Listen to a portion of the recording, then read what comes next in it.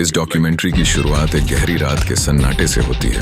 अंधेरे में खड़ा एक व्यक्ति, जिनकी छवि धुंधली है, हमसे एक सवाल पूछता है, क्या सच में बिना हथियार आज़ादी मिल सकती है? इस सवाल के साथ हम दर्शकों को एक यात्रा पर ले जाते हैं, जहां उन्हें खुद ही तलाशनी होगी उस ऐतिहासिक व्यक्ति की पहचान, जिसे हम महात्मा गांधी के नाम से जानते हैं। गांधी को देखना एक साधारण इंसान के रूप में होगा।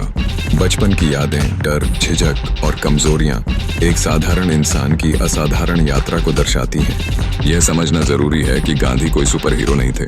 वे उस तरह के व्यक्ति थे जैसे हम हैं। इस भावनात्मक जुड़ाव के साथ दर्शक को उनके जीवन के उन पहलुओं की खोज करने का अवसर मिलेगा जो शायद सबसे अधिक प्रेरणादायक हैं। लेकिन उनकी यात्रा में एक घटना ने सब कुछ बदल दिया। दक्षिण अफ्रीका में जब वे ट्रेन से बाहर फेंके गए, उस अपमान ने उनकी आंतरिक क्रांति को जन्म दिया।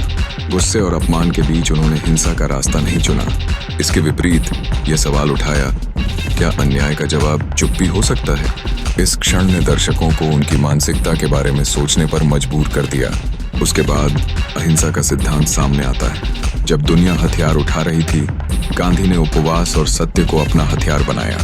अंग्रेज सरकार इस पर उलझन में थी। इसे हराएं कैसे? यह संघर्ष केवल भावनात्मक नहीं बल्कि रणनीतिक था, जिसे देखना दर्शकों को रीढ़ की हड्डी में कंपन देता है।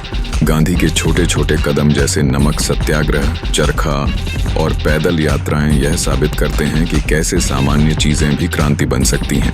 ये जीवन के सरल लेकिन महत्वपूर्ण कदम दर्शकों को गांठ में बांधते हैं कि गांधी का तरीका आखिर क्यों अलग था।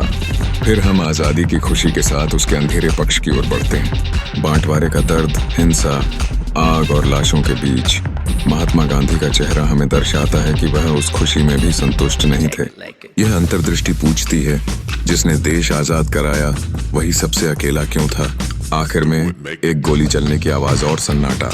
लेकिन कहानी का अंत यही नहीं होता।